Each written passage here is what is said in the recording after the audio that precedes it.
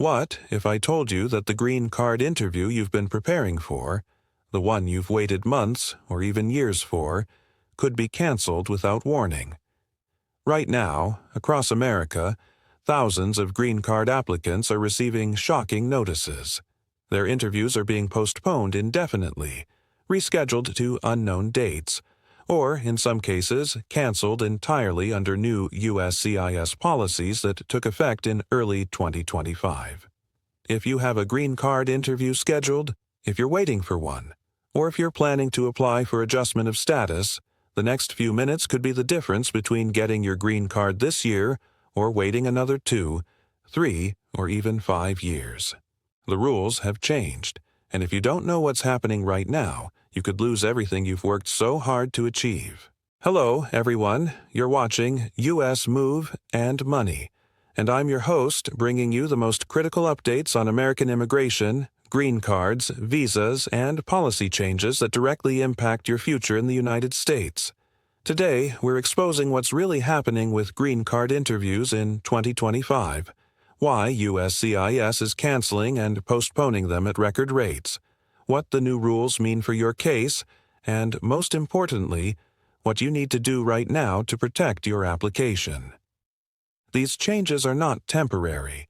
They represent a fundamental shift in how USCIS processes adjustment of status cases, and if you're not prepared, you will face devastating delays. Stay with me until the very end of this video. Take detailed notes, and please subscribe to US Move and Money and turn on notifications so you never miss a critical update that could change the course of your immigration journey. Let me paint the picture of what's actually happening right now. Maria from California had her green card interview scheduled for February 10th, 2025. She's a registered nurse married to a U.S. citizen. They filed their I-485 application in 2023. After waiting nearly 2 years, she finally got her interview notice. She took time off work. Her husband rearranged his schedule. They gathered every document USCIS requested, photos spanning their entire relationship, joint bank statements, lease agreements, utility bills, letters from family and friends. They practiced potential interview questions for weeks. 3 days before the interview, Maria received an email. Interview canceled. No explanation, no new date, just canceled. When she called USCIS, the officer told her they're implementing new procedures and her case is under administrative review. She asked how long the review would take. The officer said they don't have that information. It could be weeks, it could be months, it could be longer. Maria is devastated. Her work authorization document expires in 4 months. Her advance parole expires in 6 months. She doesn't know if she'll be able to renew them. She doesn't know when or if her interview will be rescheduled. And she's not alone. Thousands of applicants are experiencing the exact same thing. So what is really going on? Why are green card interviews being canceled at such alarming rates?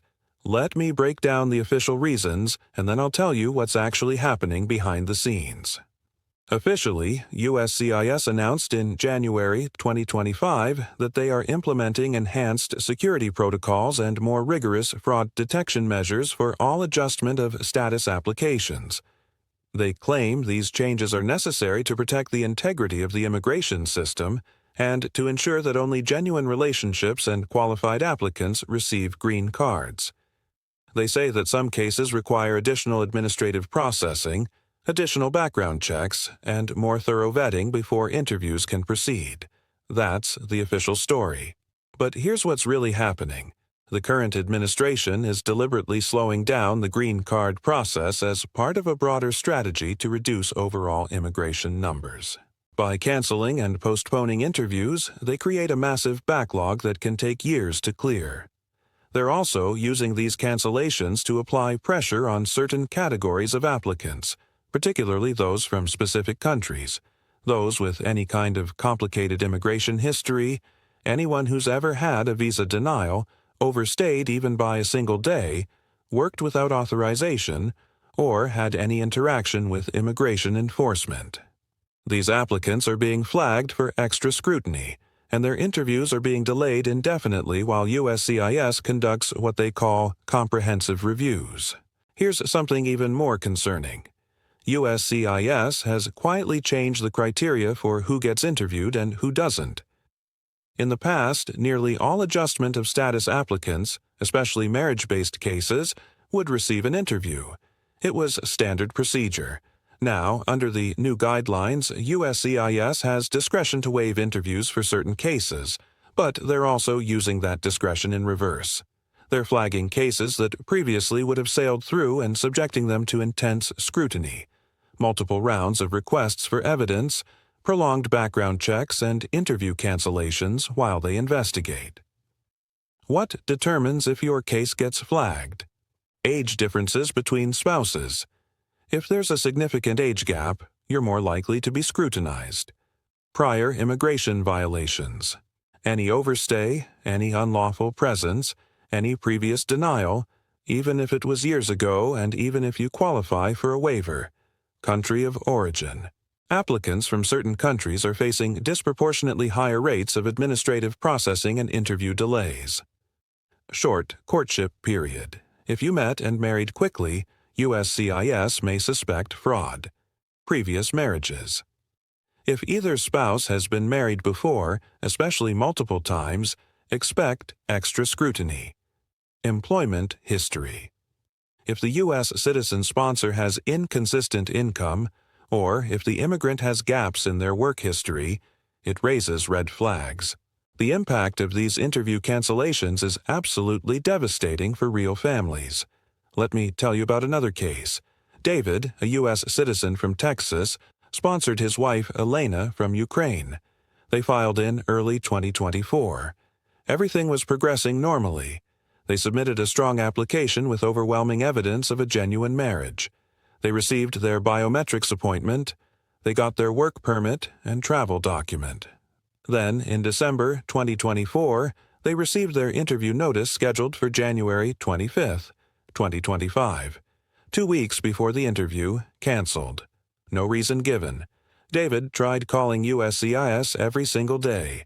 He submitted multiple service requests through Emma, the online system. He even contacted his congressman's office for help. Nothing. Weeks turned into months. Elena's work permit is about to expire. She might lose her job. They can't travel to see her elderly parents in Ukraine because if they leave the country without advance parole, or with expired advance parole, her green card application will be considered abandoned. They feel trapped, helpless, and terrified that after investing thousands of dollars, 2 years of their lives, and enormous emotional energy, their case might be denied, or worse, stuck in limbo forever.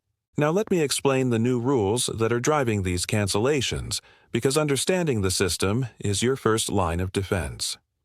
First, USCIS has implemented what they're calling Enhanced Relationship Verification Protocols. For marriage-based green card cases, they're requiring substantially more evidence than ever before. They want proof of cohabitation going back to the beginning of the relationship, not just recent months. They want detailed financial entanglement, joint bank accounts, joint credit cards, joint loans, joint ownership of property or vehicles, beneficiary designations on life insurance and retirement accounts. They want communication records, not just a few text messages, but months of detailed communication history, emails, chat logs, video call records. They want third-party affidavits that are more detailed and specific than before, describing exactly how the affiant knows the couple, specific events they attended together, observations about the relationship. They want photographic evidence throughout the entire relationship timeline, not just wedding photos. They want to see you together at different times, different places, with different people, in different contexts. Second, USCIS has expanded their fraud detection algorithms and red flag systems. They're using sophisticated data analytics to cross-reference information across multiple databases. They're checking your social media profiles, looking for inconsistencies between what you claim on your application and what you post online. They're analyzing travel records to verify you've actually been living together. They're reviewing tax returns not just for income verification, but to see if you filed jointly, if you claimed each other as dependents, if your financial picture matches what you've reported.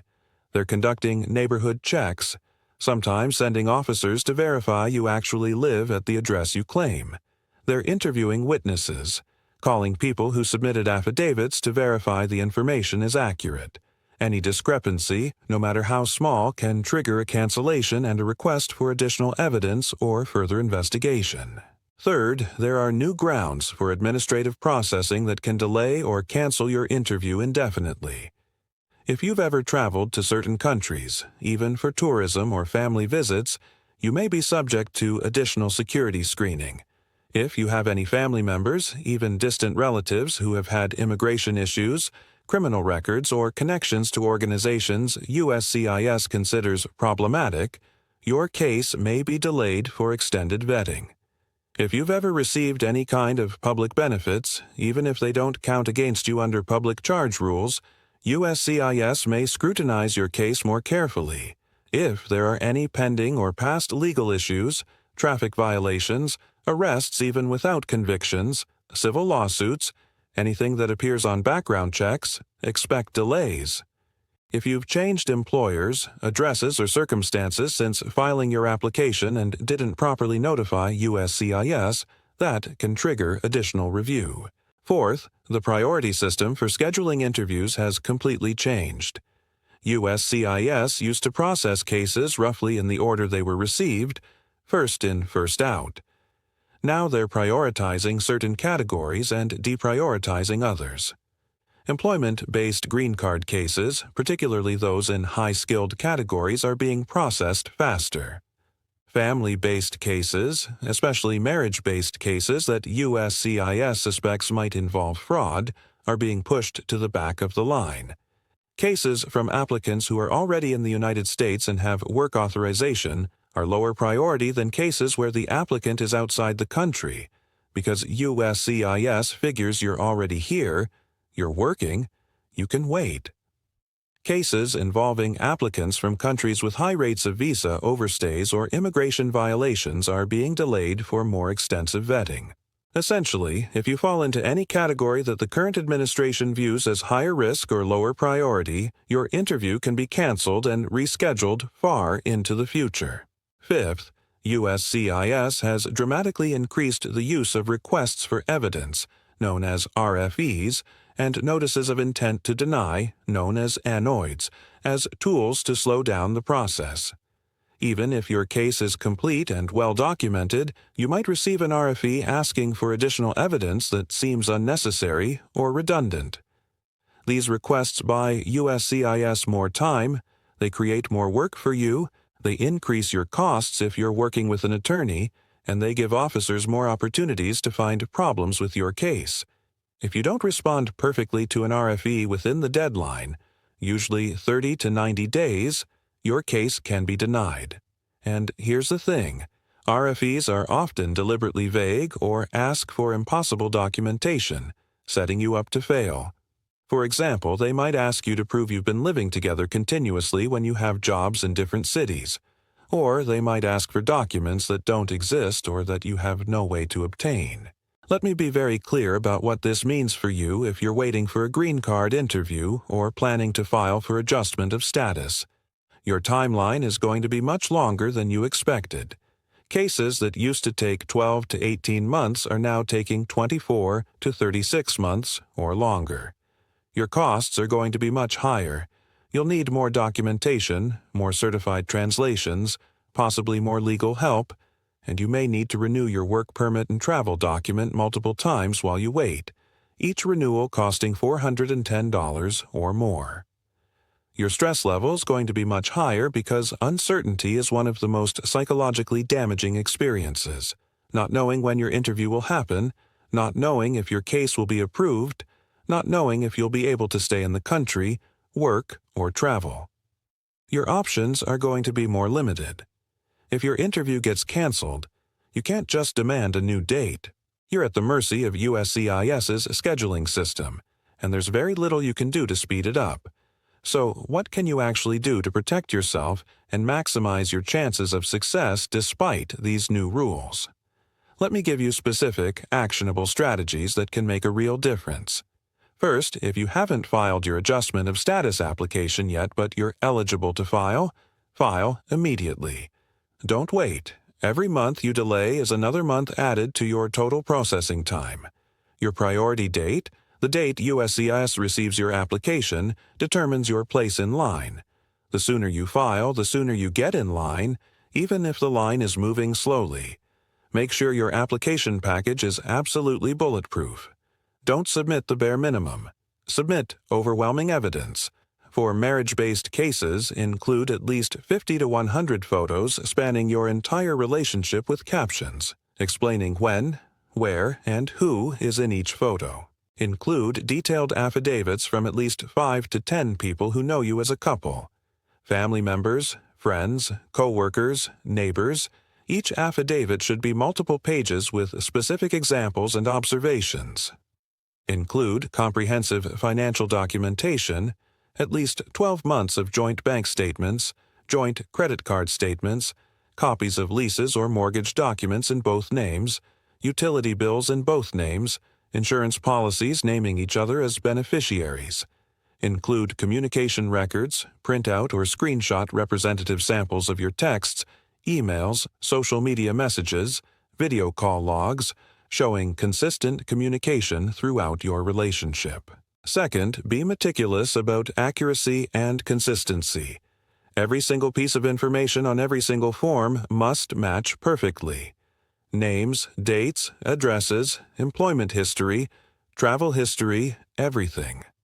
USCIS will cross-reference your forms against each other and against external databases. One inconsistency, even a minor one, can trigger an RFE or an interview cancellation. If you made a mistake on a form, correct it immediately with an amended filing. Don't hope they won't notice. They will notice, and it will hurt your case. Also, make sure your story is consistent. If you and your spouse are interviewed separately, which sometimes happens, your answers need to align.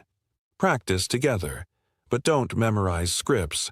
Know the real details of your relationship so well that you can answer naturally and consistently. Third, maintain your status perfectly while your case is pending. If you have work authorization, make sure it's always valid. Renew it at least 4 to 6 months before expiration, because processing times for renewals have also increased. If you have advance parole, don't let it expire if you might need to travel. If your status is dependent on anything, a visa, a previous petition, a pending application, make absolutely sure you don't violate any conditions. Any status violation while your adjustment of status is pending can result in denial and removal proceedings. Fourth, if your interview gets canceled, don't panic, but don't sit idle either. Immediately contact USCIS to request information about why it was canceled and when it will be rescheduled. Document everything. Keep records of every call, every email, every interaction with USCIS. Get confirmation numbers, officer names if possible, dates, and times. Submit a service request through the USCIS online system if you don't receive a new interview notice within a reasonable time frame, usually 30 days. Consider reaching out to your congressional representative's office. They have constituent services teams that can submit inquiries to USCIS on your behalf, and sometimes that pressure helps move things along.